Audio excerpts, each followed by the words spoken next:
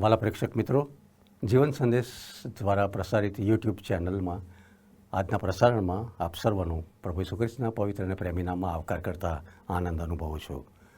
આ દિવસોમાં આપણે પ્રભુ ઈસુ ખ્રિસ્તના પ્રેરિતોના જીવન સંબંધી કેટલાક સત્યો અને તથ્યો પ્રભુના વચનમાંથી શીખી રહ્યા છે.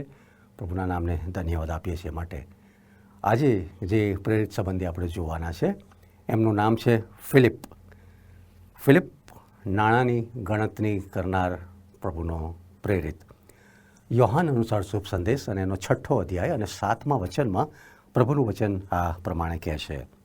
ફિલિપને અનુલક્ષીને આ વચન લખવામાં આવ્યું છે.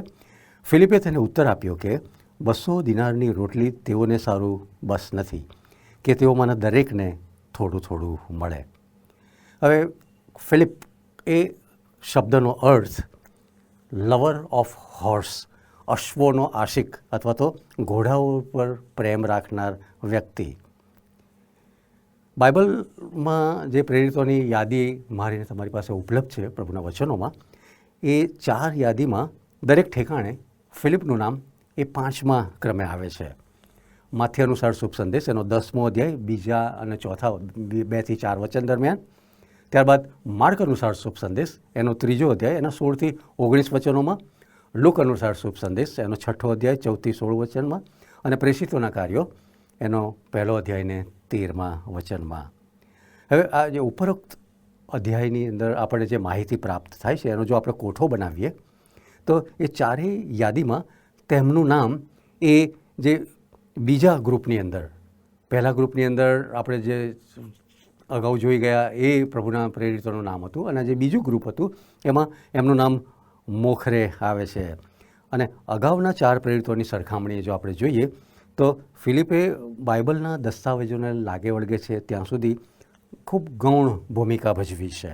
તેમ છતાં ઘણી બધી ઠેકાણે તથા ઘણા બધા પ્રસંગે તેમના નામનો જે ઉલ્લેખ થયો છે એ આપણને સૂચવે છે કે એ પ્રભુના પ્રેરિત હતા, પ્રભુ એમની પર પ્રેમ રાખતા હતા અને પ્રભુએ એમને સ્વયં તેડું આપ્યું હતું. આ પ્રેરિતોના જૂથમાં તેમને લાગે વળગે છે ત્યાં સુધી એ એક વિશિષ્ટ ચરિત્ર ધરાવનાર એવી વ્યક્તિ હતા.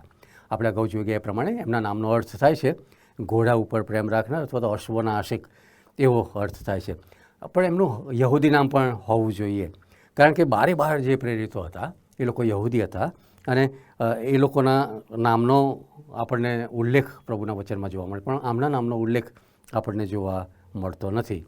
હવે મહાન સિકંદર દ્વારા વિજય હાંસલ કર્યા બાદ ગ્રીક સભ્યતા અને સંસ્કૃતિ એ ભૂમધ્ય સમુદ્રની આસપાસ એ સમયની અંદર વિસ્તરણ પામી હતી અને આ 4થી સદીનો સમય હતો.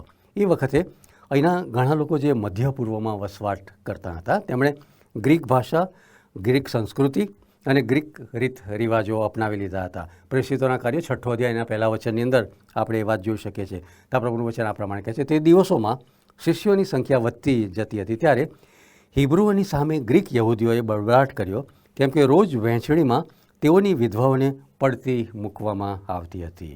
હવે તેમને હેલિનિસ્ટ કહેવામાં આવતા હતા અને આ એ યહૂદીઓ હતા, આ એ યહૂદી ખ્રિસ્તીઓ હતા કે જેમની માતૃભાષા ગ્રીક હતી અને સાથે સાથે કેટલાક હિબ્રુ યહૂદી ખ્રિસ્તીઓ હતા કે જેમની ભાષા સંપૂર્ણપણે અરામિક હતી. અને ફિલિપ એ ગ્રીક યહૂદી પાશ્ચાત્ય ભૂમિકામાંથી આવનાર એવી વ્યક્તિ હતા. પારંપરિક રીતે એવું લખવામાં એમના માટે આવ્યું છે કે એમનું હિબ્રુ નામ પણ હતું, પણ કોઈ પણ ભોગે એ એમનું જે હિબ્રુ નામ, જે એમનું વિશિષ્ટ નામ હશે એ પવિત્ર પુસ્તક બાઇબલમાં એ નામનો ઉલ્લેખ કરવામાં આવ્યો નથી, ઉપયોગમાં લેવામાં આવ્યો નથી. હવે બાઇબલની અંદર એ સિવાય પણ ઘણા ફિલિપ અંગે આપણે જોઈ શકીએ છીએ. એક ફિલિપ પ્રેરિત જેના વિશે આપણે આજે શીખવાના છે. યોહાન અનુસાર શુભ સંદેશ 1 અધ્યાય 44મા વચનમાં અને 12મો અધ્યાયની 21મા વચનમાં એમના વિશે લખવામાં આવ્યું છે. એ જ પ્રમાણે એક બીજા ફિલિપ હતા જે પાળક અને સુવાર્થિક હતા, જે પ્રેષિતોના કાર્યો 6 અધ્યાયને 6 વચનમાં એમના વિશે વાત કરી છે. અને પ્રેષિતોના કાર્ય 21મો અધ્યાયના 8મા વચનમાં પણ એ પ્રભુના સેવક જે પાળક અને સુવાર્થિક હતા એમના વિશે વાત કરતા. પછી હેરોદ રાજાને જે 2 પત્નીઓ દ્વારા થયેલા સંતાનો હતા એમનું નામ પણ ફિલિપ હતું. એક લુક અનુસાર શુભ સંદેશ 3 અધ્યાય 1 વચન અને માથી 14 અને 3માં એનો ઉલ્લેખ કરવામાં આવ્યો છે. પરંતુ આપણે જે ફિલિપ અંગે જોવા માગીએ છીએ તે બેથસાઇદા શહેરના વતની હતા, જ્યાંથી પિત્તર અને આંદ્રિયા એ બંને ભાઈઓ પણ ત્યાંથી જ આવતા હતા. યોહાન અનુસાર શુભ સંદેશ એનો 1 અધ્યાયનો 44માં વચનમાં આ પ્રમાણે લખવામાં આવ્યું છે. હવે ફિલિપ તો બેથસાદાનો એટલે કે આંદ્રિયા તથા પિત્તરના શહેરના હતા. આ બધા પ્રભુનો ભય રાખનાર યહૂદીઓ હતા અને તેથી ફિલિપ પિત્તર અને આંદ્રિયા જે સભાસ્થાનમાં ભજન કરવા જતા હતા ત્યાં રહીને એમની સાથે ઉછર્યા હતા. જબદીના દીકરાઓ તથા આ બે ભાઈઓને જે સંબંધ હતો એવો જ સંબંધ ફિલિપને પણ આ લોકોની સાથે હતા. ફિલિપને પણ આ ભાઈઓની સાથે હતો. ફિલિપ, નાથાનાએલ અને થોમા તેઓ સર્વ ગાલિલ પ્રાંતના વતની હતા અને તેની બાઇબલ આધારિત સાબિતી પણ આપણને ઉપલબ્ધ છે. યોહાન અનુસાર શુભ સંદેશ અને 21મા અધ્યાયમાં આપણને જોવા મળે છે કે પુનરુત્થાન પછી જ્યારે તેઓ ગાલિલ પાછા ફરે છે ત્યારે પિત્તર કંઈક આ પ્રમાણે વાત કરે છે. યોહાન અનુસાર શુભ સંદેશ 21મો અધ્યાયને 3જા વચનમાં પ્રભુનું વચન આ પ્રમાણે કહે છે, સિમોન પિત્તર તેમને કહે છે, હું માછલા મારવા જાઉં છું. ત્યારે તેઓ તેને કહે છે, અમે પણ તારી સાથે આવીએ છીએ. ત્યારે તેઓ નીકળીને હોડીમાં બેઠા, પણ તે રાત્રે તેઓને હાથ કંઈ આવ્યું નહીં.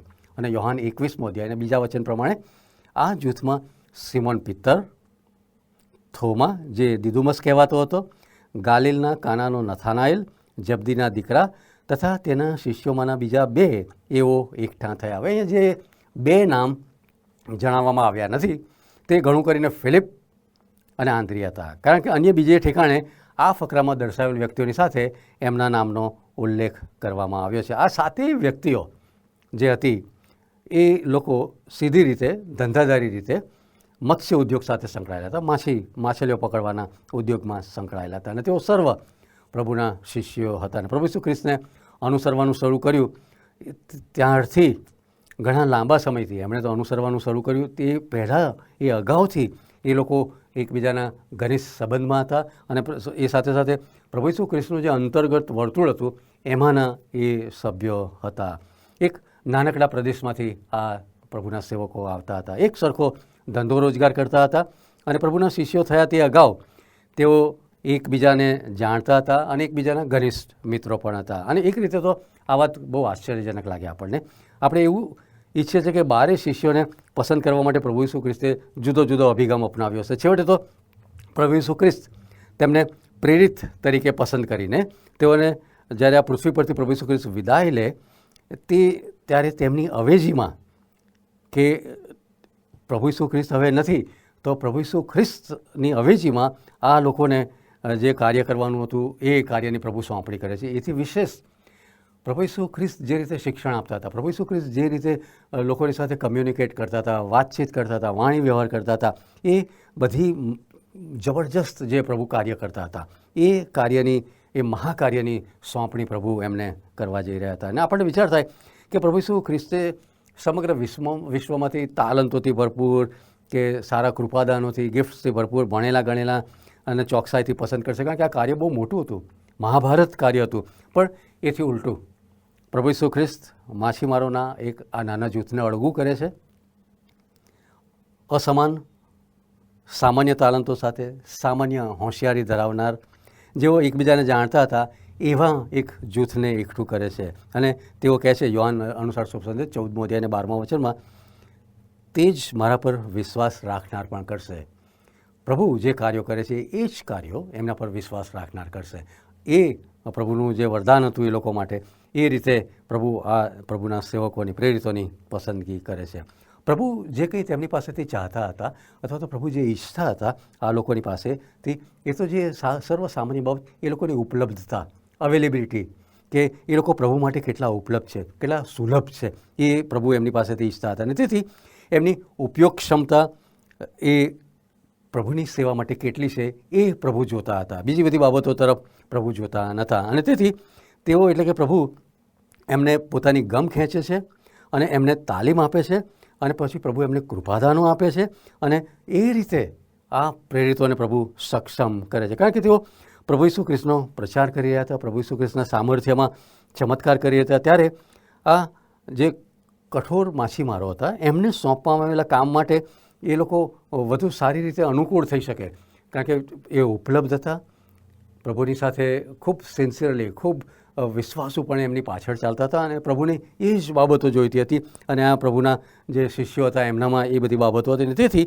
પ્રભુ એ આ એક નાનકડા જૂથને પસંદ કરે છે અને ત્યાર પછી પ્રભુ ઈસુ ખ્રિસ્ત એ લોકોને શોધીને એમને તેડું આપે છે, સેવા માટે સક્ષમ કરે છે. હવે આપણે ફિલિપ સંબંધી શું જાણી શકીએ છીએ? માથી, માર્ક, લુક, આ જે સમદ્રષ્ટિ સુવાર્તાઓ એટલે સાયનોપ્ટિક ગોસ્પલ જેને આપણે અંગ્રેજીમાં કહે છે, એ એના વિશે કોઈ વિગતો આપતા નથી. ફિલિપ સંબંધી જે ટૂંકું વર્ણન હું ને તમે પ્રાપ્ત કરી શકીએ છીએ એ યોહાનની સુવાર્તામાં હું ને તમે એમના વિશે કેટલીક માહિતી પ્રાપ્ત કરી શકીએ છીએ. અને યોહાનની સુવાર્તામાંથી આપણે જાણી શકીએ છીએ કે ફિલિપ પિત્તર, આંદ્રિયા, યાકૂબ તથા યોહાન કરતાં તદ્દન વિભિન્ન વ્યક્તિ હતા. એમનાથી અલગ હતા, એમનાથી જુદા હતા. યોહાનના વર્ણનમાં ફિલિપ હંમેશા નાથાનાએલ એટલે કે બાર્થોલોમેવની સાથે જોડીમાં જોવા મળે છે. તેથી આપણને એ માનવાનું કારણ મળે છે કે એ બંને ગાઢ દોસ્ત હશે, એ બંને વચ્ચે બહુ સારો ઘરોબો હશે, સારા મિત્રો એ લોકો હશે. પરંતુ ફિલિપ તો એક રીતે પોતાના અંગત સાથીદાર હતા, એમના કરતાં પણ અલગ હતા. એ તમામ શિષ્યોમાં અજોડ હતા. યોહાન દ્વારા તેમના જીવનના જે જુદા જુદા વૃત્તાંતોનું ચિત્ર એકઠું કરતાં આપણે જોઈએ તો ફિલિપ વિશે એમણે જે નોંધ કરી છે એના આધારે આપણે કેટલીક બાબતો જાણી શકીએ છીએ કે ફિલિપ એ ઉત્તમ પ્રોસેસ પર્સન હતા.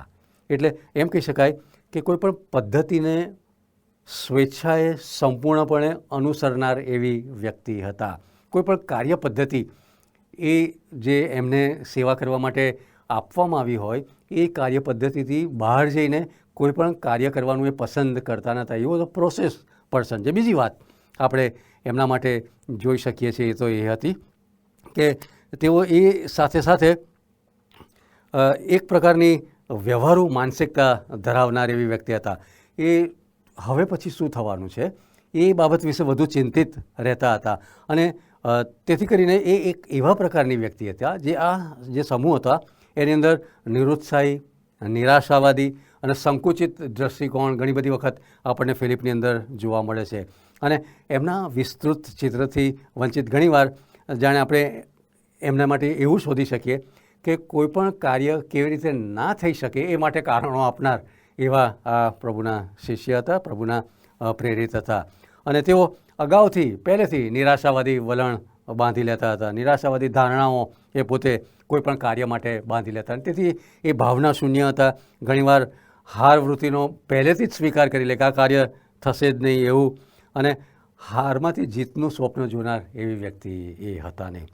એમના તેડા વિશે જો આપણે જોઈએ તો યોહાનની સુવાર્તાના પહેલા અધ્યાયની અંદર તેઓ આપણને જોવા મળે છે. હવે અહીંયા જ્યારે પ્રભુ ઈસુ ખ્રિસ્ત આંદ્રિયા, યોહાન અને પિત્તરને તેડું આપે છે ત્યારે આપણને યાદ છે કે પ્રભુ ઈસુ ખ્રિસ્તે તેમને રાનમાં આ ત્રણેય જે જ્યાં યોહાન બાપ્તિસ્મા કરનાર જે પ્રભુના માટે માર્ગ તૈયાર કરતા હતા, પ્રભુની અગાઉ આવીને વાણી એમના માટે પોકારતા હતા, એ જગ્યાએ પ્રભુ એમને તેડું આપે છે. હવે જ્યારે આ લોકો યોહાન બાપ્તિસ્મા કરનારના શિષ્યો તરીકે એમના ચરણોમાં બેઠા હતા ત્યારે યોહાને તેમને પ્રભુ ઈસુ ખ્રિસ્ત તરફ ફેરવવાનો પ્રયત્ન કર્યો અને તેઓએ પ્રભુ ઈસુ ખ્રિસ્તને અનુસરવા હવે યોહાન બાપ્તિસ્મા કરનારને એક બાજુ મૂકી દીધા, એમને છોડી દીધા. યોહાન આ પ્રમાણે નોંધે છે, બહુ સુંદર વાત એ કહે છે. યોહાન અનુસાર શુભ સંદેશ એનો પહેલો અધ્યાય 43મા વચનમાં બીજે દહાડે ઈસુને ગાલિલમાં જવાની ઈચ્છા થઈ અને ફિલિપને મળીને તેમણે કહ્યું કે મારી પાછળ આવો. દેખીતી રીતે ફિલિપ એ રાનમાં હતા, અરણ્યની અંદર હતા અને યોહાન બાપ્તિસ્મા કરનારની સાથે તેઓ ત્યાં હતા. અને હવે ગાલિલમાં પાછા પડતા પહેલાં પ્રભુ ઈસુ ખ્રિસ્ત ફિલિપને શોધી કાઢે છે અને અન્ય શિષ્યોની સાથે જોડાવા માટે એમને ખુલ્લું આમંત્રણ આપે છે.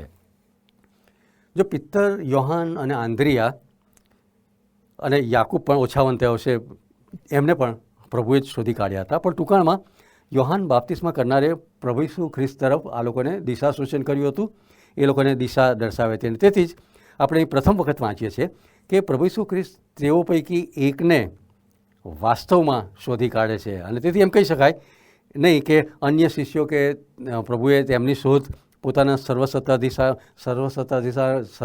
સર્વસત્તાધીશપણું જે છે પ્રભુનું, કે એની અંદર આ જે શિષ્યો હતા એમની શોધ કરી હતી નહીં એવું આપણે માની શકીએ. પણ વાસ્તવમાં તો આપણે એ જાણીએ છીએ કે પ્રભુ ઈસુ ખ્રિસ્તે તો તેઓને સર્વને જગતના મંડાણ અગાઉ પહેલાંથી શોધી કાઢ્યા હતા. યોહાન 15:16 પ્રભુનું વચન એમ કહે છે કે પ્રભુ ઈસુ ખ્રિસ્ત પોતે સ્વયં કહે છે કે તમે મને પસંદ કર્યો નથી, પણ મેં તમને પસંદ કર્યા છે અને નિમ્યા છે. શિષ્યોને પ્રભુ ઈસુ ખ્રિસ્તનો સૌપ્રથમ ભેટો કેવી રીતે થાય છે તેનું વર્ણન તો આ ફિલિપના તેડામાં ફિલિપને જે તેડવામાં આવ્યો ત્યાં ઉપયોગમાં લેવામાં આવ્યું છે. અને અહીંયા જે ભાષા મૂકવામાં આવી છે એ પણ ખૂબ અજોડ હતી. આ એક પ્રથમ વ્યક્તિ હતા કે જેને પ્રભુ ઈસુ ખ્રિસ્ત સ્થૂળ શારીરિક રીતે ભૌતિક રીતે શોધી કાઢે છે અને પ્રથમ એ વ્યક્તિ હતા જેને પ્રભુ ઈસુ ખ્રિસ્ત સ્વયં કહે છે મને અનુસર. પણ આ સાહજિક રીતે જે રસપ્રદ હકીકત અહીં નોંધવામાં આવી છે એ પ્રભુ ઈસુ ખ્રિસ્તની જે પૃથ્વી પરની ધર્મ સેવા હતી એના અંત ભાગમાં પ્રભુ ઈસુ ખ્રિસ્ત પિત્તરને આ પ્રમાણે કહે છે. યોહાન અનુસાર શુભ સંદેશ 21મો અધ્યાય 19 અને 22માં વચનની અંદર આપણે જોઈએ તો ત્યાં પ્રભુનું વચન આ પ્રમાણે કહે છે, હવે કયા પ્રકારના મોતથી દેવનો મહિમા પ્રગટ કરશે એ સૂચવતા તેઓએ એમ કહ્યું. એમ કહ્યા પછી તે પિત્તરને એટલે કે તે તેને કહે છે તું મારી પાછળ આવ. 22મી કલમમાં કહે છે ઈસુ તેને કહે છે કે હું આવું ત્યાં સુધી તું રે એવી મારી ઈચ્છા હોય તો તેમાં તારે શું, તું મારી પાછળ આવ. પિત્તરને કહે છે. દેખીતી રીતે પિત્તર તે રાત્રે પ્રભુ ઈસુ ખ્રિસ્તનો વિશ્વાસઘાત કરવાના હતા અને એ વિશ્વાસઘાત કર્યા પછીની એમની જે જીવનની નિષ્ફળતા હતી એમાંથી એમણે બહાર આવવું એ જરૂરી હતું. અને તેથી પ્રભુ ઈસુ ખ્રિસ્ત એમના ઉત્તેજનને સારું અહીંયા આ વાત કરે છે. હવે જે બીજી જે ફિલિપના અનુસંધાનમાં આપણે વાત જોઈ શકીએ તો એ છે કે એ બહુ સ્વાભાવિક છે કે જે ફિલિપની પાસે જે હૃદય હતું એ હૃદય એ શોધખોળની વૃત્તિ કરવાવાળું હૃદય હતું. એમનું મન એ શોધખોળ કરવાની વૃત્તિ ધરાવનારું મન હતું. અને સાચે જ આ જે શોધખોળની વૃત્તિવાળું હૈયું એ ઈશ્વર વ્યક્તિને તેમના સર્વસત્તાધીશપણામાં તેમની ગમ ખેંચે છે તેનો પુરાવો એ ફિલિપનું જીવન છે. અને તેથી પ્રભુ ઈસુ ખ્રિસ્ત આ પ્રમાણે કહે છે. યોહાન અનુસાર શુભ સંદેશ 6 અધ્યાય અને 44મા વચનમાં પ્રભુ ઈસુ ખ્રિસ્ત સ્વયં કહે છે જે મારા બાપે મને મોકલ્યો છે તેના ખેંચ્યા વિના કોઈ માણસ મારી પાસે આવી શકતો નથી. અને 65મી કલમમાં એ જ અધ્યાયની ત્યાં કહે છે બાપ તરફથી તેને આપવામાં આવ્યું ન હોય તો કોઈ મારી પાસે આવી શકતું નથી. ફિલિપનું હૈયું એ શોધખોળ કરવાની વૃત્તિ ધરાવનારું હૈયું હતું. તેમણે પ્રભુ ઈસુ ખ્રિસ્તને આપેલા પ્રતિભાવનો એક પુરાવો છે. અને તેથી યોહાન 1:45માં આપણે વાંચીએ છીએ ફિલિપ પ્રભુ ઈસુ ખ્રિસ્તને અનુસરવાનું શરૂ કરે છે. અને ત્યાર પછી જે પહેલી વાત કરે છે યોહાન અનુસાર શુભ સંદેશ 1 અધ્યાય અને 45મા વચનમાં આ પ્રમાણે કહે છે ફિલિપે નાથાનાએલને મળીને કહ્યું નિયમશાસ્ત્રમાં જેના સંબંધી મૂસાએ તથા પ્રબોધકોએ લખેલું છે તે એટલે નાઝરેતના ઈસુ યુસફના દીકરા અમને મળ્યા છે. સાચે જ ફિલિપ અને નાથાનાએલ એ પ્રથમ 4 શિષ્યોની માફક નિયમશાસ્ત્રના તથા પ્રબોધકોના પુસ્તકોનો અભ્યાસ કરી અને મસીહના આવવાની વાટ જોતા હતા, મસીહની શોધ કરતા હતા. હવે આ કારણે યોહાન બાપ્તિસ્મા કરનારને સાંભળવા માટે આ લોકો અહીંયા રાનમાં આવે છે. અને ત્યાં પ્રભુ ઈસુ ખ્રિસ્ત ફિલિપ પાસે આવીને કહે છે કે મને અનુસર. ત્યારે તેમના કાન, તેમની આંખો, તેમનું હૃદય તો ક્યારનાય પ્રભુ માટે ઉઘડી ગયા હતા. અને તેથી ફિલિપ પ્રભુ ઈસુ ખ્રિસ્તને અનુસરવા માટે સ્વૈચ્છિક રીતે તૈયાર હતા, એ રાજી હતા. અને નાથાનાએલ સાથે ફિલિપ જે શબ્દ પ્રયોગની અભિવ્યક્તિ કરે છે એ બહુ રસપ્રદ છે, બહુ નોંધપાત્ર છે. અંગ્રેજી ભાષામાં આ પ્રમાણે લખ્યું છે વી હેવ ફાઉન્ડ હિમ. તે એટલે કે નાઝરેતનો ઈસુ યુસફનો દીકરો અમને મળ્યો છે. હવે ફિલિપને લાગે વળગે છે ત્યાં સુધી પ્રભુ ઈસુ ખ્રિસ્ત દ્વારા એમની શોધ થઈ અને તેમને મસીહ મળ્યા છે તે ઉચિત છે. અને આપણે એ અહીંયા ગાડી જોઈ શકીએ છીએ. અને તેથી પ્રભુ ફિલિપને શોધી કાઢે છે, પ્રભુ ફિલિપને પસંદ કરે છે અને પ્રભુ ફિલિપને સેવા માટે સક્ષમ કરે છે. હવે ફિલિપનું હૃદય માત્ર શોધખોળ પૂરતું મર્યાદિત નહોતું, પણ વ્યક્તિગત સુવાર્તા પ્રગટ કરવા માટે પણ પ્રેરિત એવું મન એમનું હતું. પ્રભુ ઈસુ ખ્રિસ્ત એમને મળ્યા છે. એ મળ્યા પછી તેમનો જે પ્રથમ પ્રતિભાવ હતો એ એમના મિત્ર નાથાનાએલને મળે છે અને મળીને કહે છે કે મસીહ સંબંધી એમણે જે કંઈ જાણકારી હાંસલ કરેલી એ વ્યક્તિ એમને મળ્યા છે. એ શુભ સંદેશ એ એમના મિત્રને આપે છે. અને હું ખાતરીપૂર્વક માનું છું કે મૈત્રી એ સુવાર્તા પ્રગટ કરવા માટે સૌથી વધુ ફળદાયી જમીન પૂરી પાડે છે. Friendship evangelism is one of the best evangelism. જ્યારે પ્રભુ ઈસુ ખ્રિસ્તની વાસ્તવિકતા પ્રેમ અને વિશ્વાસ દ્વારા સુપરિચિત થાય છે ત્યારે તેનું પરિણામ એ ખૂબ જોરદાર હોય છે. અને એ એટલું બધું ઓફર હોય છે કે જ્યારે કોઈ પ્રભુ ઈસુ ખ્રિસ્તને અનુસરવાનું પસંદ કરે છે ત્યારે તે વ્યક્તિ પ્રથમ પ્રેરણા કે એટલા બધા આવેગમાં હોય છે કે એમને એમના પોતાના મિત્રને મળીને ઈસુ સંબંધીની વાત કરવાની તાલાવેલી હોય છે કે હું ક્યારે મારા મિત્રને મળું અને મને જે મસીહ મળ્યા છે એ સંબંધી વાત કરું છું. અને આ જે પ્રેરક બળ હતું એ ફિલિપના જીવનની અંદર એ સ્પોન્ટેનિયસ સ્વયંસ્ફુરિત હતું. એની જાતે જ એમનામાંથી આ પ્રકારની સ્ફૂર્ણા બહાર આવે છે અને તેથી એ નાથાનાએલને મળે છે અને પ્રભુ સંબંધી એમને વાત કરે છે. પ્રભુ ફિલિપ જે ભાષાનો ઉપયોગ કરે છે એ જો જોઈએ તો તેના મસીને શોધી કાઢવાના જે એમનામાં જે આશ્ચર્ય હતું એના સંબંધી એ જે વાત કરે છે એ કે ભાઈ મૂસા અને પ્રબોધકો દ્વારા જે વાત કરવામાં આવી હતી એ પ્રબોધકોની વાણીની પરિપૂર્ણતા અર્થે પ્રભુ ઈસુ ખ્રિસ્ત પૃથ્વી પર આવ્યા હતા. અને જેના સંબંધી પ્રબોધકોએ પ્રબોધવાણી કરી હતી તે નાઝરેતનો ઈસુ તથા યોસેફનો દીકરો, એક ગરીબ નીચલા સ્તરના સુથારના દીકરા, પરંતુ ફિલિપ આ બાબત અંગે નિર્ભય હતા. જ્યારે નાથાનાએલ તેમને કહે છે, નાથાનાએલ પણ પાછા એક સારા મિત્ર હતા અને તેથી એ આ પ્રકારની તપાસ કરતાં એમને કહે છે, યોહાન અનુસાર શુભ સંદેશ 1 અધ્યાય અને 46 ધ્યાનથી સાંભળજો, નાઝરેતમાંથી કંઈ સારું નીકળી શકે? ત્યારે ફિલિપે તેમને મળીને કહ્યું, આવીને જો. માત્ર સામાન્ય નાનકડો જવાબ, આવીને જો. તેઓ મૂંઝાતા નથી, પરંતુ જે સહેલાઈથી ફિલિપ વિશ્વાસ કરે છે એ પણ નોંધપાત્ર છે. માનવીય રીતે ફિલિપને પ્રભુ ઈસુ ખ્રિસ્તની પાસે કોઈ દોરી લાવ્યું નહોતું. તેઓ સિમિયોન જેવા જ છે કે જેઓ લુક અનુસાર બીજા અધ્યાયના 25મા વચનમાં પ્રભુ ઈસુ ખ્રિસ્તના જન્મના અનુસંધાનમાં આપણે જે વાત વાંચીએ છીએ ત્યાં પ્રભુનું વચન જે આ પ્રમાણે કહે છે, તે ઇસરાયેલના દિલાસાની વાટ જોતો હતો અને પવિત્ર આત્મા તેમના પર હતો. તેઓ જૂના કરારની જે વચનગ્રાહ્યતા હતી એની વાટ જોતા હતા અને તેઓ પણ તૈયાર હતા મસીહના સ્વીકારને માટે. મસીહને સ્વીકારવાની અપેક્ષાના માટે એમનું હૈયું એ પૂરેપૂરું તૈયાર હતું. અને તેથી ફિલિપ પ્રભુ ઈસુ ખ્રિસ્તનો આનંદથી કોઈ પણ જાતના સંકોચ વગર, શરમ વગર મસીહ તરીકે સ્વીકાર કરે છે. કોઈ પણ જાતની આનાકાની કર્યા વગર, અનિચ્છા દર્શાવ્યા વગર, કોઈ પણ જાતનો સંદેહ રાખ્યા વગર. મસીહ કેવા કંગાળ શહેરમાં એમનો ઉછેર થયો પણ એની પરવા ફિલિપ કરતા નથી. તેમને તરત ખબર પડી જાય છે કે જેની શોધખોળ કરતા હતા એ મસીહ એમને પ્રભુ ઈસુ ખ્રિસ્તમાં પ્રાપ્ત થયા છે. અને એ તો સાચે જ ફિલિપના ચરિત્રના બહારની વાત હતી. અહીં એ બાબત બહુ સ્પષ્ટ થાય છે કે પ્રભુ ઈસુ ખ્રિસ્ત માટે એમનું જે હૃદય હતું એ એટલે બધી અંશે તૈયાર હતું કે તેમની પ્રાકૃતિક જે વૃત્તિ હતી એમાં પાછાપાની કરવી, શંકા કરવી, પ્રશ્નો પૂછવા, થોભવું, જોવું, કોઈકની સાથે મસલત કરવી, એ બધી બાબતોને એક બાજુ મૂકીને ફિલિપ જે અહીંયા એમનું ચરિત્ર રજૂ કરે છે એ નિર્ણયાત્મક વ્યક્તિ નહોતા પણ એ નિર્ણય લઈ લે છે. પરંતુ એક સારી વાત અહીંયા આપણને જે જોવા મળે છે, સદનસીબે આ કિસ્સામાં અગાઉથી ઈશ્વર પિતા દ્વારા ફિલિપને તૈયાર કરવામાં આવ્યા હતા, પ્રભુ ઈસુ ખ્રિસ્ત તરફ દોરવામાં આવ્યા હતા. અને તેથી જ પ્રભુ ઈસુ ખ્રિસ્તે કહ્યું એમ, બાપ મને જે આપે છે તે સગળું મારી પાસે આવશે. જે બીજી વાત એમના અનુસંધાનમાં હું ને તમે જોઈ શકીએ છીએ તો એ છે કે જ્યારે પ્રભુ ઈસુ ખ્રિસ્ત 5000ને જમાડે છે ત્યારે હવે જે બીજી ઝાંખી આપણને ફિલિપની થાય છે યોહાન અનુસાર શુભ સંદેશ એના 6 અધ્યાયમાં જોવા મળે છે, જ્યાં 5000ને જમાડવામાં આવ્યા હતા. આંદ્રિયા સંબંધી શીખતી વેળાએ આપણે એ પ્રસંગ પર દ્રષ્ટિ કરી હતી. અહીં બીજી વખત આપણે પુનઃ અવલોકન કરવાના છે. એ પ્રસંગનું આપણે ફરી સ્મરણ કરીશું.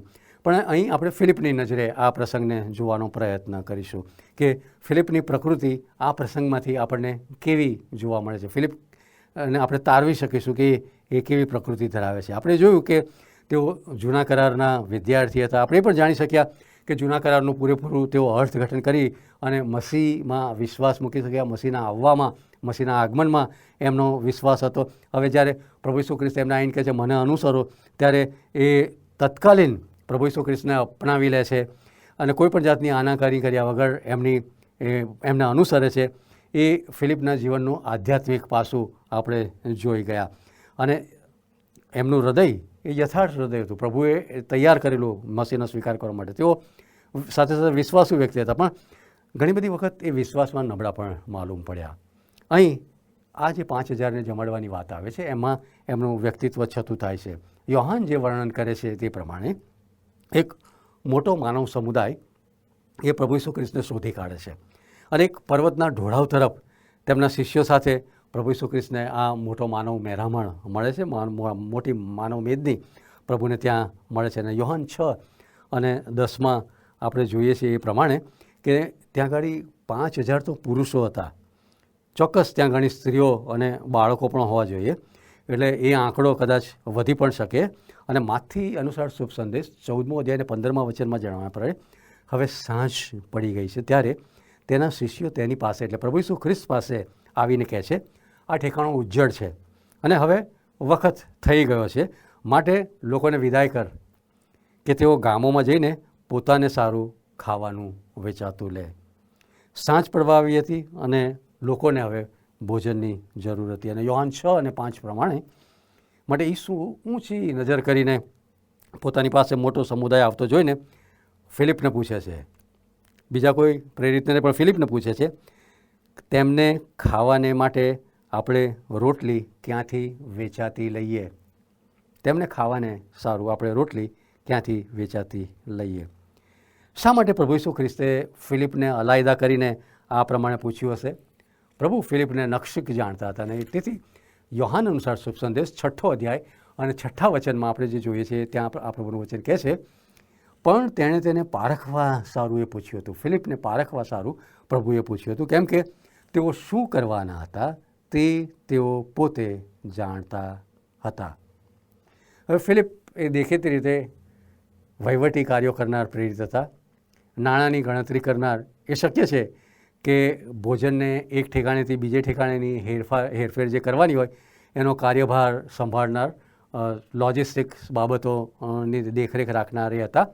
અને આપણને એ પણ ખબર છે કે યહૂદા ઇસ્કારિયોત જે પ્રભુને પરસ્વાધીન કરે છે, પ્રભુના જે શિષ્ય હતા, પ્રભુના પ્રેરિત હતા, એ પણ યોહાન 13:29 પ્રમાણે, કેમ કે કેટલાય કે ધાર્યું કે યહૂદાની પાસે થયેલી છે એટલે એ નાણાંના વહીવટનો કારભાર એ યહૂદા ઇસ્કારિયોત રાખતા હતા.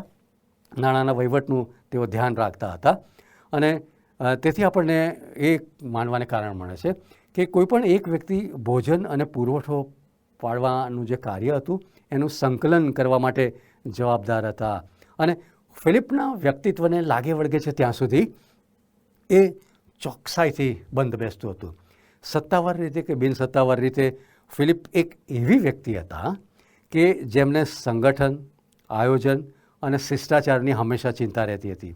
તેઓ એ પ્રકારની વ્યક્તિ હતા કે તેઓ દરેક બેઠકમાં એ પ્રમાણે કહેતા હતા કે હું નથી માનતો કે આપણે આ પ્રમાણે કરી શકીશું. તેઓ અશક્યતાઓના સ્વામી હતા. અને દેખીતી રીતે જ્યાં સુધી તેમને લાગે વળગે છે, એટલે ફિલિપને લાગે વળગે છે ત્યાં સુધી બધી જ બાબતોમાં તેઓ માસ્ટર ઓફ ઇમ્પોસિબિલિટીઝ એટલે અશક્યતાઓના સ્વામી એવી વ્યક્તિ હતા. એ પ્રકારની કક્ષાના એ પ્રભુના સેવક હતા. અને તેથી પ્રભુ ઈસુ ખ્રિસ્ત અહીં એમનું પારખું કરે છે, એમની કસોટી કરે છે. પ્રભુ ઈસુ ખ્રિસ્ત ફિલિપ શું વિચારે છે એ શોધી કાઢવા માગતા ન હતા, પરંતુ પ્રભુ ઈસુ ખ્રિસ્ત પહેલેથી એ વાત જાણતા હતા. યોહાનની સુવાર્તા 2 અધ્યાય અને 25મા વચનની અંદર પ્રભુનું વચન પ્રભુ ઈસુ ખ્રિસ્ત માટે આ પ્રમાણે કહે છે, અને માણસ વિશે કોઈ શાહેદી આપે એવી તેને અગત્ય નથી. પ્રભુ ઈસુ ખ્રિસ્તને માણસ કોણ કેવો છે એવી શાહેદી આપે એવી અગત્ય નથી, કેમ કે માણસમાં શું છે એ પોતે સ્વયં જાણતા હતા. પ્રભુ ઈસુ ખ્રિસ્ત સ્વયં માણસને જાણતા હતા. એટલે પ્રભુ ઈસુ ખ્રિસ્ત કોઈ યોજના સંબંધી અહીં પૂછવાના ન હતા. યોહાનના પ્રમાણે એ શું કરવાના હતા, પ્રભુ ઈસુ ખ્રિસ્ત શું કરવાના હતા એ એમણે પોતેથી નક્કી કરી રાખેલું, એ અગાઉથી જાણતા હતા. અને ફિલિપ કેવા પ્રકારની વ્યક્તિ છે એ પણ પ્રભુ ઈસુ ખ્રિસ્ત જાણતા હતા. અને તેથી એ પ્રભુ એમની આગળ કેટલીક બાબતો પ્રગટ કરવા ચાહતા હતા. પ્રભુ ઈસુ ખ્રિસ્ત ફિલિપ તરફ ફરી ઉત્તમ વહીવટી કાર્યકુશળતા ધરાવનાર વ્યક્તિને પૂછે છે, આ બધા જે લોકો આવ્યા છે, આટલી મહા મોટી મેદની આવી છે, એમના ભોજન સંબંધી તમે શું પ્રયોજન કર્યું છે? અલબત્ત ફિલિપ શું વિચાર કરી રહ્યા હતા તે પ્રભુ ઈસુ ખ્રિસ્ત જાણતા હતા કે આ ફિલિપ મને શું જવાબ આપશે. આપણે માની શકીએ છીએ કે ફિલિપે માથા ગણવાની શરૂઆત કરી દીધી હશે કે જ્યારે ટોળું એકઠું થવા લાગ્યું ત્યારે જ ફિલિપે અંદાજ બાંધી લીધો હશે કે ભાઈ આ દિવસમાં હવે મોડું થવા આવ્યું છે, સાંજ પડવા આવ્યું છે, મોડો સમય છે, મહા મોટી મેદની એકત્ર થઈ છે, હવે ખાસો બધો સમય વીતી ગયો છે, પ્રભુના વચનો સાંભળતા સાંભળતા એ લોકો થાક્યા હશે અને હવે એમને ભોજનની જરૂર પડી હશે, એ લોકોને ભૂખ લાગી હશે અને તે દિવસોમાં સરળતાથી ભોજન પ્રાપ્ત કરવું એ શક્ય હતું નહીં અને તે પણ આટલી મહા મોટી મેદની માટે. એટલે પર્વતના આ જે ઢોળાવો હતા એ જગ્યા ઉપર કોઈપણ રીતે ભોજન પ્રાપ્ત કરવી એ સગવડભરી વાત હતી નહીં, એની કોઈ સગવડ જ ઉપલબ્ધ નથી. એટલે પ્રભુ ઈસુ ખ્રિસ્ત પ્રશ્ન કરે છે એ પૂર્વે ફિલિપ પાસે તો ગણતરી તૈયાર હતી. યોહાન અનુસાર શુભ સંદેશ 6 અધ્યાય અને 7મા વચનમાં ફિલિપ પ્રભુને આ પ્રમાણે કહે છે. ફિલિપે તેને એટલે પ્રભુ ઈસુ ખ્રિસ્તને ઉત્તર આપ્યો કે 200 દિનારની રોટલી તેઓને સારું બસ નથી કે તેઓમાંના દરેકને થોડું થોડું મળે. હવે દેખીતી રીતે ફિલિપે આટલી મહા મોટી મેદની જોઈ ત્યારથી એ એમના મગજમાં એ ગાંઠ બાંધીને બેઠા હતા કે ખોરાકનો પુરવઠો આટલી બધી મોટી મેદનીને પૂરો પાડવો એ અશક્ય બાબત છે, મુશ્કેલ બાબત છે. પરંતુ એમણે આવું વિચારવું જોઈતું નહોતું કારણ કે એ તો જીવંત ઈશ્વરની સાથે હતા. એમણે તો એના કરતાં પોઝિટિવલી વિચારવું હતું. એમણે એ હકારાત્મક વિચારસરણી રાખવી જોઈતી હતી કે કેવો ભવ્ય પ્રસંગ કે પ્રભુ ઈસુ ખ્રિસ્ત આટલી મહા મોટી મેદનીને શીખવવાના છે. આ પ્રભુને માટે, પ્રભુની સેવા કરવા માટે, પ્રભુના શિષ્ય તરીકે, પ્રભુના પ્રેરિત તરીકે મારા માટે કેટલી મોટી તક છે. પણ નિરાશાવાદી ફિલિપ આ પરિસ્થિતિમાંથી ઉદ્ભવેલ અશક્યતાને જોતા હતા, શક્યતાઓને જોતા હતા નહીં. તેથી ફિલિપ પ્રભુ ઈસુ ખ્રિસ્તની સાથે હતા ત્યારે એમણે એ પણ જોયું હતું કે યોહાન અનુસાર શુભ સંદેશ 2 અધ્યાયની અંદર લગ્નની અંદર પ્રભુને નોતરવામાં આવે છે અને ત્યાં દ્રાક્ષારસ ખૂટી જાય છે. યોહાન 2 અને 2માં આપણે જોઈએ છે ઈસુ થતા ત્યારે શિષ્યો પણ તે લગ્નમાં નોતર્યા હતા અને એ સિવાય પણ સંખ્યાબંધ માદાઓને સાજા કરતા ફિલિપે જોયા હશે. ઘણા બધા સર્જનાત્મક કૃત્યો પ્રભુ ઈસુ ખ્રિસ્તે કર્યા છે, ઘણાને પુનર્જીવિત કર્યા, એ બધી બાબતો એમણે જોઈ હશે. તેમ છતાં પણ એક નિરાશાવાદી વિચારધારામાં સરકી પડ્યા અને જ્યારે પ્રભુએ એમના વિશ્વાસની કસોટી કરી ત્યારે તેઓ ખુલ્લેઆમ અવિશ્વાસ કે સંદેહ કે સંશયમાં પ્રત્યુત્તર આપે છે કે આ શક્ય નથી પ્રભુ.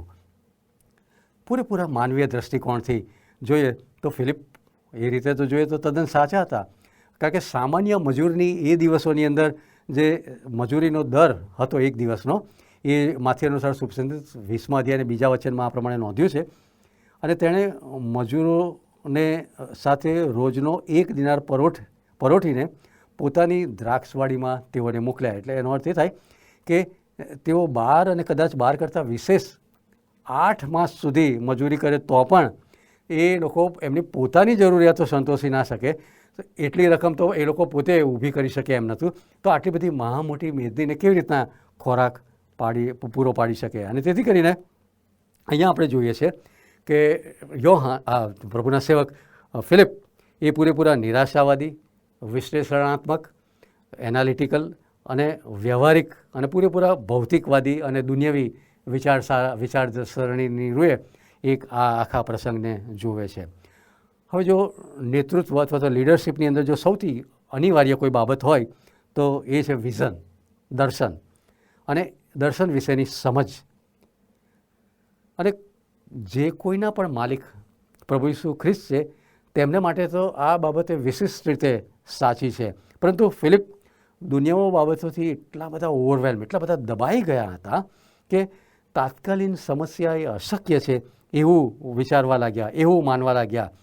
એમની અંકગણિતની જાણકારી એ એમને અહીંયા પ્રભુની ઉપર વિશ્વાસ કરવાની જગ્યાએ નિષ્ફળતા તરફ દોરી જાય છે. એ સાહસિક નથી બનતા, એ વાસ્તવિકતાના અધકચરા લક્ષ્યાંકો હતા એ ભેગા કરીને એમના વિશ્વાસને ઢાંકી દેવાનો પ્રયત્ન કરે છે. તેથી ફિલિપ વિશ્વાસનો બદલો પ્રાપ્ત કરવાની તક ચૂકી ગયા. તેમણે ભૌતિક, વ્યવહારુ અને સામાન્ય બુદ્ધિને એક બાજુ મૂકી અને પ્રભુની ઉપર વિશ્વાસ રાખવામાં રહેલા સામર્થ્ય પરત્વે ધ્યાન આપવાની તાતી જરૂર હતી. એ સિવાય બીજો એક પ્રસંગ આપણને જોવા મળે છે જ્યાં ગ્રીક લોકોની મુલાકાત યોહાન અનુસાર શુભ સંદેશ 12મા અધ્યાયની અંદર આ આખી વાત આપણને જોવા મળે છે. અહીંયા ફિલિપ સંબંધી આપણે કેટલીક વધારે વિગતો જોઈ શકીએ છીએ. ફરીથી આપણે તેમના જે વધુ પડતા વિશ્લેષણીય એટલે એનાલિટિકલ અપ્રોચ તેમના સ્વભાવથી આપણે પરિચિત થયા છીએ. તેઓ પદ્ધતિ અને શિષ્ટાચારની અંદર બહુ માનનાર એવી વ્યક્તિ હતા અને એ વિશે પુષ્કળ ચિંતિત રહેતા હતા. તેઓમાં હિંમત અને દર્શનનો પૂરેપૂરો અભાવ હતો અને તેથી આપણે જોઈએ છે કે યોહાનની સુવાર્તા 12મો અધ્યાય 20થી 21 વચનની અંદર ત્યાં કેટલાક ગ્રીક લોકો પર્વના સમયે યરુસાલેમમાં આવે છે અને એ લોકો ગાલિલના બેથસેદાના ફિલિપની પાસે આવે છે અને તેને વિનંતી કરે છે કે અમે પ્રભુ ઈસુ ખ્રિસ્તનું દર્શન કરવા ચાહીએ છીએ. હવે આ જે લોકો હતા એ વિદેશી લોકો હતા. એ લોકોએ પ્રભુમાં વિશ્વાસ જાહેર કર્યો હતો અને તેથી હવે એ લોકો સંપૂર્ણ રીતે યહૂદી સંપ્રદાયમાં જીવન જીવતા હતા અને તેથી પાસ્કા પર્વ માટે એ લોકો અહીં આવ્યા હતા. પાસ્કા પર્વ દરમિયાન પ્રભુનું ભજન કરવા માટે એ લોકો આવ્યા હતા, પણ એ લોકોએ પ્રભુ ઈસુ ખ્રિસ્ત સંબંધી ઘણી બધી જાણકારી હાંસલ કરી હતી. તેથી આ ગ્રીક લોકો હતા એ પ્રભુ ઈસુ ખ્રિસ્તમાં જિજ્ઞાસા રાખતા હતા કે આ વ્યક્તિ કોણ હશે, કેવા હશે, એમને એમની વાતોમાં રસ હતો અને તેથી તેઓ ચોકસાઈપૂર્વક ફિલિપને શોધી કાઢે છે અને એવું માનતા હતા કે ફિલિપ પણ ગ્રીક નામ છે અને અમે પણ ગ્રીક છે, તેથી ફિલિપ એ ગ્રીક હોઈને પ્રભુ ઈસુ ખ્રિસ્તનો સંપર્ક અમને કરાવવા માટે સરળતા સાધી શકશે. પણ આપણે જાણીએ છીએ એ પ્રમાણે ફિલિપ કે જેઓ એમની લાક્ષણિકતા જ એક સારા વહીવટ કરતા અને શિષ્ટાચારની રૂપરેખા એમના મગજની અંદર એક કાર્યપદ્ધતિ તરીકે અંકાઈ ગયેલી હતી અને તેથી એમના પુસ્તકીય જ્ઞાન સાથે જીવન જીવનાર વ્યક્તિ હતા. તેથી આ ગ્રીક લોકો હતા એ જ્યારે એમને મુલાકાત કરવાનું આયોજન કરે છે, એમને ફિલિપની આગળ એ લોકો વિનંતી કરે છે, ત્યારે આ વિનંતી કોઈ આંટી ગૂંઠીવાળી હતી, સીધી વિનંતી હતી. તેમ છતાં ફિલિપ અહીં અનિશ્ચિત થઈ જાય છે કે આ વાતમાં શું કરવું. આ લોકો તો આવ્યા છે, એમણે પ્રભુ ઈસુ ખ્રિસ્તનું દર્શન કરવું છે. જો ફિલિપ પ્રભુ ઈસુ ખ્રિસ્તને વિદેશીઓ સાથેના સંબંધની રૂપરેખા તપાસશે તો એ જાણી શકે, કારણ કે માથી 10 ને 5 ને 6માં પ્રભુ ઈસુ ખ્રિસ્ત આ પ્રમાણે કહે છે, ઈસુએ તે 12ને મોકલીને એવી આજ્ઞા આપી કે તમે વિદેશીઓને માર્ગે ન જાઓ ને સમૃદ્ધિઓના નગરમાં ન પેસો, પણ તેના કરતાં ઇસરાયેલના ઘરના ખોવાયેલા ઘેટા પાસે જાઓ. અને બીજા એક પ્રસંગે પ્રભુ ઈસુ ખ્રિસ્ત આ પ્રમાણે કહે છે માથી 15 ને 24માં, પણ તેણે ઉત્તર દીધો કે ઇસરાયેલના ઘરના ખોવાયેલા ઘેટા સિવાય બીજા કોઈની પાસે હું મોકલાયો નથી. હવે શું આ સિદ્ધાંતને કારણે કોઈ પણ વ્યક્તિને પ્રભુ ઈસુ ખ્રિસ્તની ઓળખ પામવાની મના ફરવામાં આવી છે એવું તો બિલકુલ છે નહીં. અલબત્ત બિલકુલ એવું નથી, પરંતુ પ્રભુ ઈસુ ખ્રિસ્ત એમની જે સામાન્ય અગ્રતા હતી એ અંગે આ કલમોની અંદર વાત કરતા હતા. અને પાઉલ પ્રેરિત પછી આગળ જતાં રોમિયોના પત્ર 2 અધ્યાય 10મા વચનમાં આ પ્રમાણે નોંધે, પ્રથમ યહૂદી અને પછી ગ્રીકને. હવે આ તો એક સામાન્ય સિદ્ધાંત હતો, નહીં કે કોઈ ફોલાદી નિયમ હતો કે ભાઈ કોઈ બહારની સંસ્કૃતિની વ્યક્તિઓ આવે તો આપણે એમને પ્રભુની મુલાકાત કરાવવી કે ના કરાવવી જોઈએ.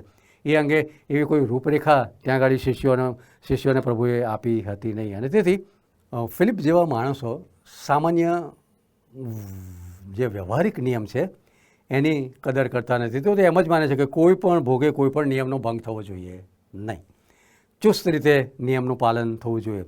હવે ગ્રીક લોકોની પ્રભુ સાથે મુલાકાત થાય એવી શિષ્ટાચારની કોઈ રૂપરેખા હતી નહીં અને ફિલિપ કોઈ પણ ભોગે બિનપરંપરાગત બાબતો હતી એ કરવા માટે પોતાની જાતને તૈયાર કરતા નહોતા. પણ એ સાથે સાથે ફિલિપ પાસે એક પરોપકારી હૃદય હતું. તેથી ફિલિપ ગ્રીક લોકોને આંદ્રિયા પાસે લઈ જાય છે. આંદ્રિયા કોઈ પણ વ્યક્તિને પ્રભુ પાસે દોરી જવા માટે તત્પર અને તૈયાર એવી વ્યક્તિ હતી. યોહાન 12 ને 22માં ફિલિપ અહીં આવે છે અને આંદ્રિયાને કહે છે, ફિલિપ આવીને આંદ્રિયાને કહે છે અને આંદ્રિયા તથા ફિલિપ આવીને ઈસુને કહે છે. દેખીતી રીતે ફિલિપ એ નિર્ણાયક વ્યક્તિ નહોતા, એ બહુ ડિસિઝિવ વ્યક્તિ નહોતા અને તેથી ગ્રીક લોકોની પ્રભુ ઈસુ ખ્રિસ્ત સાથે મુલાકાત કરાવવા માટે એમની પાસે કોઈ આધારભૂત કે આગળ આ પ્રકારનો કોઈ દાખલો થયો હોય એવી એમની પાસે કોઈ પૂર્વવર્ત દાખલો પણ હતો અને તેથી આંદ્રિયાનો એ સંપર્ક કરે છે. અને છેવટે આંદ્રિયા તો પ્રભુ ઈસુ ખ્રિસ્ત પાસે લોકોને દોરી લાવનાર એવી વ્યક્તિ હતા અને પ્રભુ ઈસુ ખ્રિસ્ત એ ગ્રીક લોકોનો આનંદથી આવકાર કર્યો અને તેમણે સ્વયં કહ્યું યોહાન 6:37, બાપ જે મને આપે છે તે સગળું મારી પાસે આવશે અને જે મારી પાસે આવે છે તેને હું કાઢી મૂકીશ જ નહીં. હવે યોહાન 12મા અધ્યાયમાં પ્રભુ ઈસુ ખ્રિસ્ત અને ગ્રીક લોકોની જે મુલાકાતની વાત છે એની નોંધ આપણને મળતી નથી. માત્ર એ પ્રસંગે પ્રભુ ઈસુ ખ્રિસ્તો ઉપદેશ જ કરે છે. હવે ટૂંકાણમાં જો જોઈએ તો પ્રભુ ઈસુ ખ્રિસ્ત એ આ લોકોને સુવાર્તા પ્રગટ કરે છે, એમના શિષ્ય થવાનું આમંત્રણ આપે છે. હવે શું આ ગ્રીક લોકોને પ્રભુ ઈસુ ખ્રિસ્ત પાસે લાવવું યોગ્ય હતું? ચોક્કસ, તદ્દન બરાબર હતું. પ્રભુ ઈસુ ખ્રિસ્ત સ્વયં સર્વને જીવનનું પાણી મફતમાં આપવા માટે આહવાન આપે છે. પ્રકટીકરણ 22:17 પ્રભુ કહે છે, જે તરસ્યો હોય તે મારી પાસે આવે અને જીવનનું પાણી મફતમાં લે. એ લોકોને દૂર કરવા એ અયોગ્ય બાબત હતી. ફિલિપ તેમના મસ્તિષ્કમાં જે શિષ્ટાચારની રૂપરેખા હતી, જે કાર્ય પદ્ધતિઓ હતી, એ પ્રમાણે ચુસ્ત રીતે ઘેરાયેલા હતા. પરંતુ એ પોતાની આ માન્યતાઓમાંથી બહાર નીકળીને આંદ્રિયાનો સંપર્ક કરે છે અને પછી ગ્રીક લોકો દ્વારા આંદ્રિયા એ પ્રભુની પાસે આ લોકોને લઈ જાય છે. જે છેલ્લી બાબત આપણને જોવા મળે છે ઉપલી મેળીની અંદર. હવે પ્રભુ ઈસુ ખ્રિસ્તને પોતાને ખબર છે કે હવે આ એમનું છેલ્લું પાસ્કા પર્વ છે. પૃથ્વી પર એ એમના શિષ્યો અને પ્રેરિતો સાથેનું આ એમનું છેલ્લું ભોજન છે અને તેથી એ ઉપલી મેળીમાં ભેગા થાય છે અને પોતાના ક્રુસારોહણની આગલી સાંજે પૃથ્વી પર પ્રભુ ઈસુ ખ્રિસ્તની ધર્મસેવાની હવે આખરી રાત્રિ હતી અને જે અર્થસૂચક વાત હતી ત્યાં આગળ આપણે જોઈએ છે. અને તેથી કરીને પ્રભુ ઈસુ ખ્રિસ્ત એ એમના શિષ્યોના પગ ધોવે છે. પ્રભુ ઈસુ ખ્રિસ્ત એમને સર્વન્ટહુડ લીડરશીપનો પૂરેપૂરો નમૂનો આપે છે. કેવી રીતે નમ્ર થવું એ બધી બાબતો એ પ્રભુ ઈસુ ખ્રિસ્ત એમના પોતાના કાર્ય દ્વારા એ લોકોની આગળ પ્રદર્શિત કરે છે. અને હવે પ્રભુ ઈસુ ખ્રિસ્ત એ અમને અંતિમ આહવાન આપે છે, જે આપણને લુક અનુસાર શુભ સંદેશ 24મો અધ્યાય અને 25મા વચનમાં કહેવામાં આવ્યું છે. તેણે તેઓને કહ્યું કે આટલું બધું કર્યા પછી પણ એ લોકો સમજતા નથી અને તેથી પ્રભુ ઈસુ ખ્રિસ્ત હવે આ પ્રેરિતોને ઉલ્લેખીને કહે છે, તેણે તેઓને કહ્યું, ઓ અણસમજુઓ તથા પ્રબોધકોએ જે કહ્યું છે તે સર્વ પર વિશ્વાસ કરવામાં મંદ બુદ્ધિનાઓ.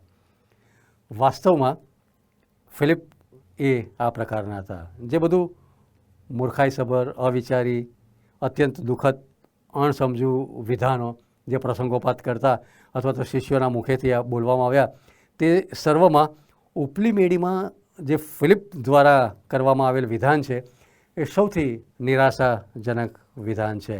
હવે એ રાત્રિએ પ્રભુ ઈસુ ખ્રિસ્તનું હૃદય ભારે હતું.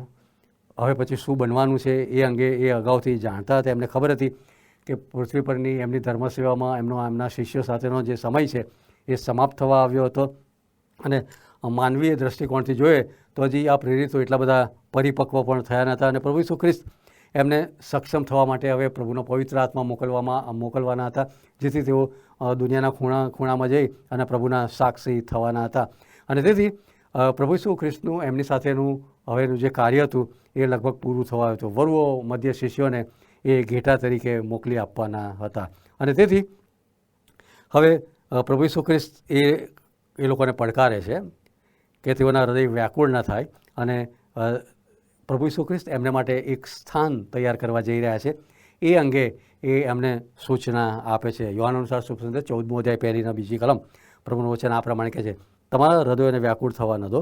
તમે દેવ પર વિશ્વાસ રાખો છો, મારા પર પણ વિશ્વાસ રાખો. મારા બાપના ઘરમાં રહેવાના ઠેકાણા ઘણા છે, નહીં તો હું તમને કહેત, કેમ કે હું તમારે માટે જગ્યા તૈયાર કરવાને જાઉં છું. તેથી આગળ વધતા પ્રભુ ઈસુ ખ્રિસ્ત એ લોકોને વચન પણ આપે છે કે તેઓ પાછા આવશે અને તેમને લેવાને માટે, જેથી પ્રભુ ઈસુ ખ્રિસ્ત જ્યાં છે ત્યાં એ લોકો પણ રહે. તેથી 3જી કલમમાં પ્રભુ ઈસુ ખ્રિસ્ત આ પ્રમાણે કહે છે, અને જો હું જઈને તમારે સારું જગ્યા તૈયાર કરીશ તો હું પાછો આવીશ અને તમને મારી પાસે લઈ જઈશ, જેથી જ્યાં હું છું ત્યાં તમે પણ રહો.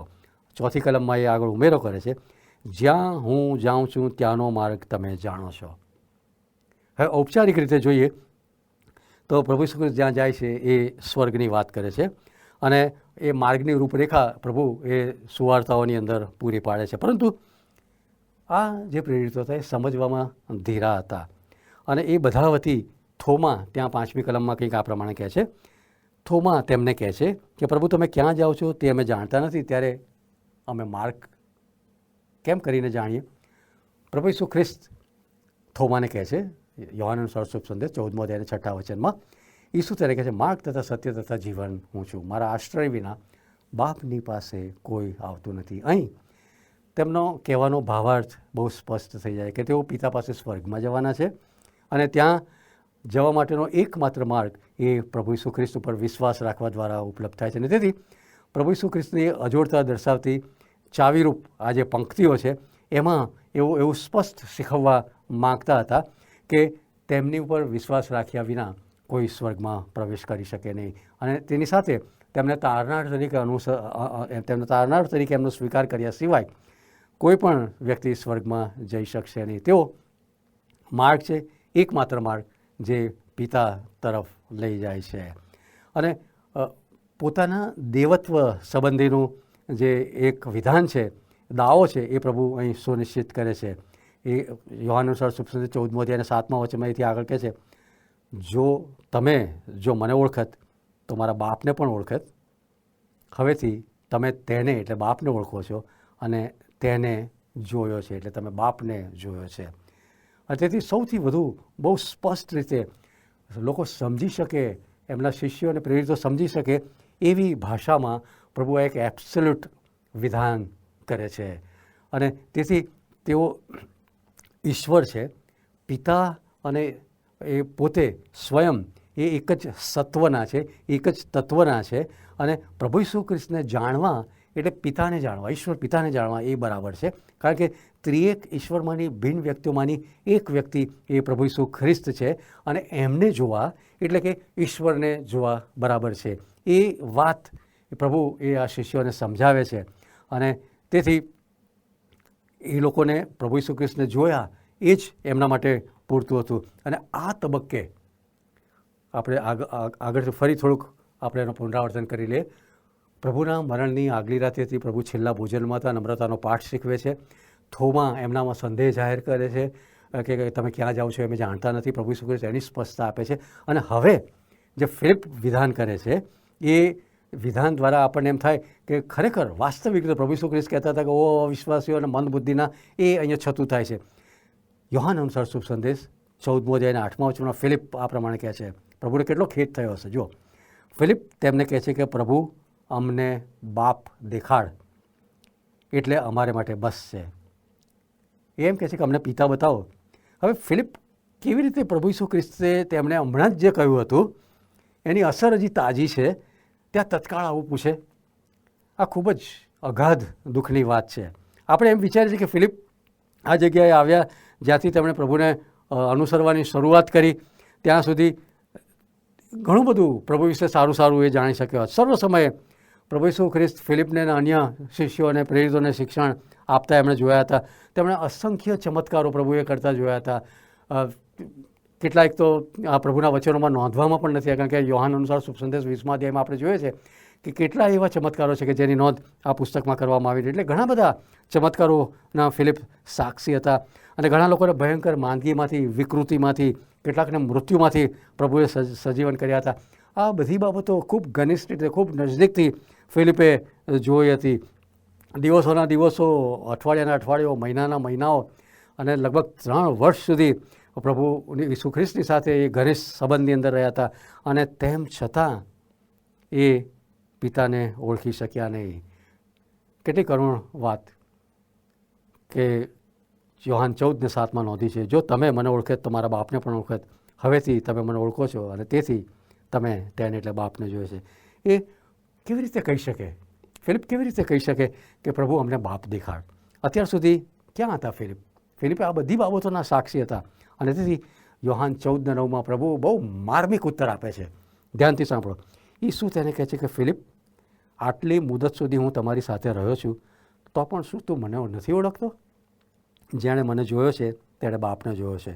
તો તું શા માટે કહે છે કે અમને બાપ દેખાડ? છેલ્લા 2 કે 3 વર્ષ પસાર થયા તે અંગે ફિલિપ શું વિચાર કરતા હશે? કેવી રીતે ફિલિપની માફક ઘણા બધા શરૂઆતમાં પ્રભુને અનુસરવાનું શરૂ કરે છે ત્યારે ખૂબ ઉત્સાહપૂર્વક પ્રભુમાં વિશ્વાસ કરે છે અને પાછળથી અંતમાં એવી વિનંતી કરે છે કે ક્યાં છે વિશ્વાસ? યોહાન 14:10-11માં પ્રભુનું વચન કહે છે, હું બાપમાં છું અને બાપ મારામાં છે. એવો વિશ્વાસ તું કરે છે કે નહીં?